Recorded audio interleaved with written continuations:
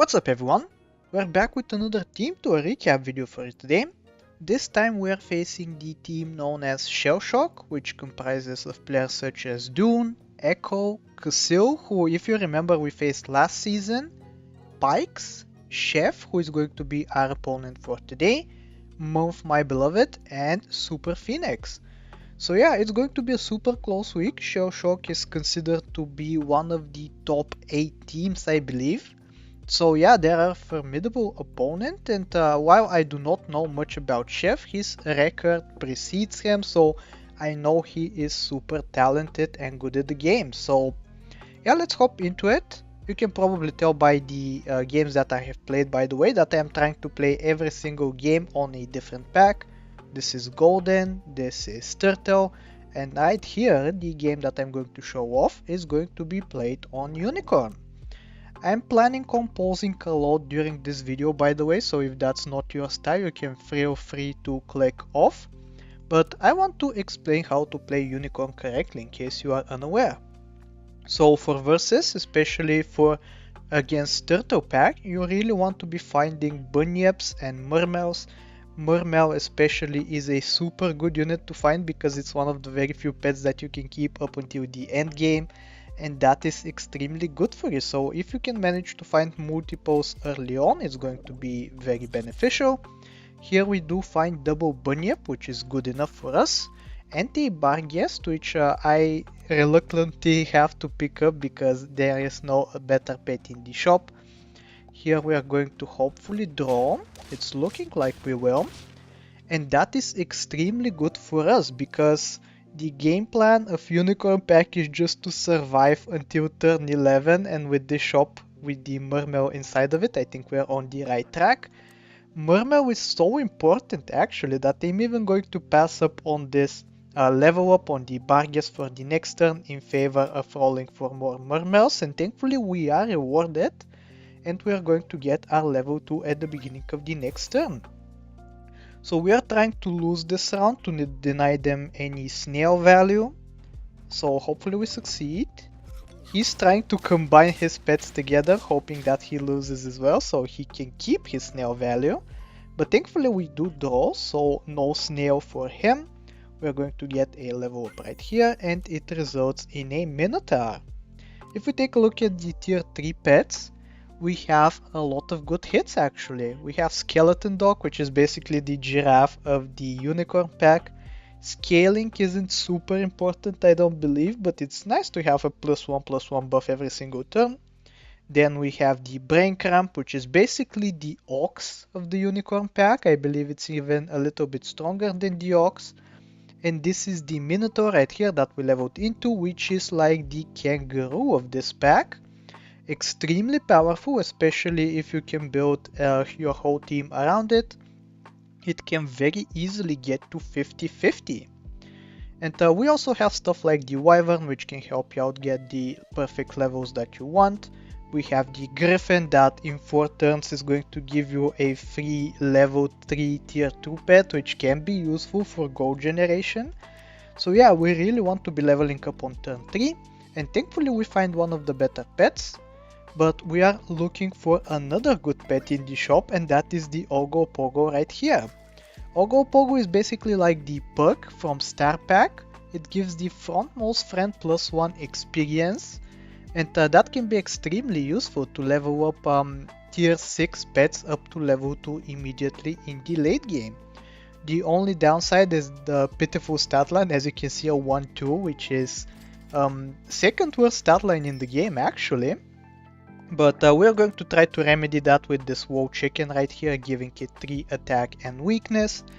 So for the Ogopogo, we're going to aim to have at least 8 attack, and I will show you why later on in the run. But for now we're going to be winning comfortably because the Minotaur is so scaled up. And that is extremely good. We are not supposed to be winning just yet, but we are winning anyway, and that is very good for us. So here we go, we get a Woe Chicken, we get another Ogopogo, and if we manage to get a level 2 Ogopogo, which we thankfully are going to do, next turn we are going to be super happy. And now if you take a look, the Ogopogo has more attack than the Bunyip right here, which means that First, the Ogopogo is going to give experience, making the Bunyip level 2. And then the Bunyip is going to trigger a level 2 ability which gives it plus 6 HP. So I think for this reason I'm going to try to reposition. Yep, have my Minotaur behind it. And hopefully it survives at least 2 hits. But I believe here I was actually super surprised by the strength of this Badger. It has transformed into a 10-9, which is an incredible stat line for turn 4, and we end up losing because of it. So yeah, now we will have to play a little bit more carefully, but at least we do get double level ups. On tier 4 we also have some decent stuff that we can level into. We have Cyclops, which can give us some experience and some mana. We have Rock, which can give us a lot of mana, and potentially late game it can combine well with the Sea Serpent, dealing massive amount of damage. And then we have also the Unicorn for some scaling combined with the Wall Chicken. And also the thing that I believe we're going to level into, which is going to be this Tiger Bug. Tiger Bug generally not one of the better pets, but when you do have a Minotaur, you really want to be picking up some jump pets, and thankfully we do find double Tiger Bug right here. So we're going to take it. We combine together because of this little perk right here called Gingerbread Man. It gives the pet +1 experience throughout the fight. So we can potentially get this Tiger Bug up to level 2 in the battle, which is going to be super good for us. Tiger Bug has the potential of dealing 12 damage in total, which is extremely destructive, especially when they have a Badger on the team. And hopefully this time we can see it in action. This time it didn't disrupt them too much. We did end up winning, but I believe the Tiger Bug has a lot more potential than it has been showing currently. So we're just going to roll a bit. We're almost at the 8 attack that we are looking for on the Ogopogo, but I believe with the Gingerbread Man we can actually get there without having to invest any more stats. I really hope that you don't get to hear the background noises because they're super distracting for me. Whatever the case though, we are getting a level 3 Ogopogo mid fight, which is going to be very good for the Minotaur. And yeah, I think this time we might be... it's actually a little bit sad that we draw. I was going to say that we are going to be disrupting them massively with the Tiger Bug, but unfortunately no luck once again. We do find the double Ogopogo, but we don't really want to level it up. We want to be leveling up mid-fight, and I will show you later on in the run why. So we pass up double Ogopogo. We're just looking for levels, and thankfully we do find double Minotaur right here. So we will have a level 3 Ogopogo mid fight, we will have a level 2 Tiger Bug mid fight, and that will all buff up the Mermail, which is going to gain +4, +8 in total. So I might even reposition, I guess not, but I think we should be okay. This Badger is starting to look a little bit scary, but now you can see what I'm talking about when it comes to the disruption. We take out the weak unit right behind the Badger, and then the Badger gets to snipe the turkey that is behind it. Unfortunately this turn it did not work out for us the way we wanted it to, but I think we're going to be quite happy to have this Tiger Bug regardless. We buy magic beans actually, and let me show you what the magic beans are. Basically they're a useless perk, but on the next turn they transform into this golden egg right here. And a golden egg is basically like an avocado or a rice. It makes us sell pet sell for 3 more gold, which is going to be extremely important going into turn 9, so we're going to take one of those.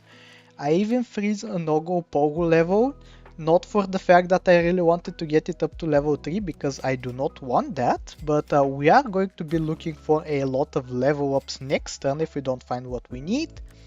So yeah, let's hop into battle. Hopefully this time we don't lose so miserably, but I don't think it's looking too good for us right now with this big Badger.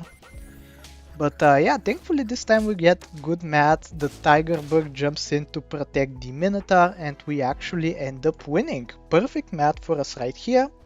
And it is turn 9. We're going to start taking our levels. First level is a Phoenix. If I even get to manage to show you what the good pets are in this pack, we are looking for Phoenix, which is one of them.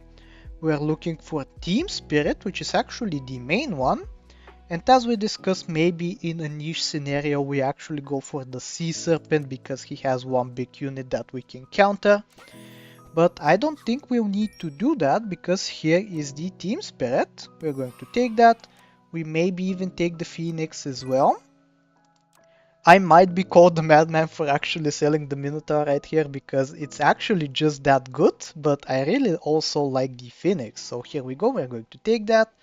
We're going to start working towards a level 2 Team Spirit, and with a bunch of levels up during the fight, you can see the amount of stats that we're going to get is actually quite insane. So I think we're going to be getting 2 levels, and only from 2 levels you can see the amount of stats we gain is going to result in our victory.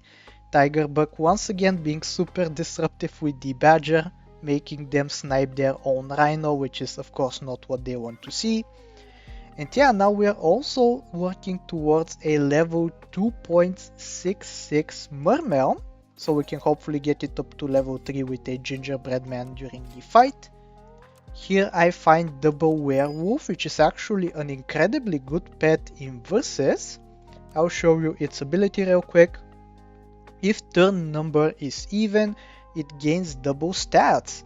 And this is also the reason why we wanted the Ogopogo to have 8 attack. So it has more attack than the Werewolf, therefore it's going to trigger first, leveling up the Werewolf up to level 2. And then it will not only double its stats, it will actually triple them. So I believe from a 7-7 it's going to become a 30-30. Because this Ogopogo is going to give it +3/+3, and then the 200% increase is going to shoot it up to 30-30. So all of a sudden, our team that has less than double-digit stats throughout the board is going to have a 30-30, which is going to be super unexpected for them. I'm not freezing this Mermail because, as we discussed, we really want to be seeing a Gingerbread Man instead. Maybe I was a little bit greedy, but I kinda like this position that we're in, and most likely we're going to be winning. You can see our opponent a little bit underestimating our position right here, and even though they get to snipe the Mermail at the back, denying us a big bunch of stats, we're still quite easily winning. The downside now though is that the turn number is sought, we're on turn 11, therefore the Werewolf ability is not going to trigger. But I think we are almost guaranteed to be able to win on turn 12 when the Werewolf ability is back online. We are also going to get a level 2 Team Spirit throughout the fight, which is going to be super good for us. So even if we don't win, I think we have this game in the bag. He has to do some drastic measures in order for him to be able to combat us. And I think, yep, he's going to be winning this time. It's not even that that distant, the victory actually. It's actually kind of close, I'm surprised. But yeah, with the level 2 Werewolf that we're going to be getting, maybe even level 3 because it's going to be getting up to level 2 by itself with the Gingerbread Man, and then the Ogopogo is going to shoot it up to level 3. So yeah, we're going to be quadrupling the stats on the Werewolf if we actually get lucky, because now they have an exact same number of attacks, so it's going to be a 50-50. And yeah, let's see how we do right here. I might even put this in slow motion. I was recommended in the comments that I do actually slow down the fights when it's coming down to the last one. You can see, let's take a look if we get the luck or not. Actually, we get a little bit unlucky. The Ogopogo triggers after the Werewolf, so we only get a stat doubling. But that's going to be good enough actually. As you can see, we get a massive lump of stats, and it's not going to be any trouble at all for us to win. Even though they have a level 2 snake on turn 11, we get quite lucky, and at the very end of the day we get to survive with the power of the young Phoenix right here. So super satisfying victory. I was very happy with it. And actually, this is one of the victories that solidified the set for me. I managed to win 4-2. Most of my games were won on the Turtle and Puppy packs, but this one game was won on the Unicorn pack. So before I end off the video, let me really quickly go over the team matchups.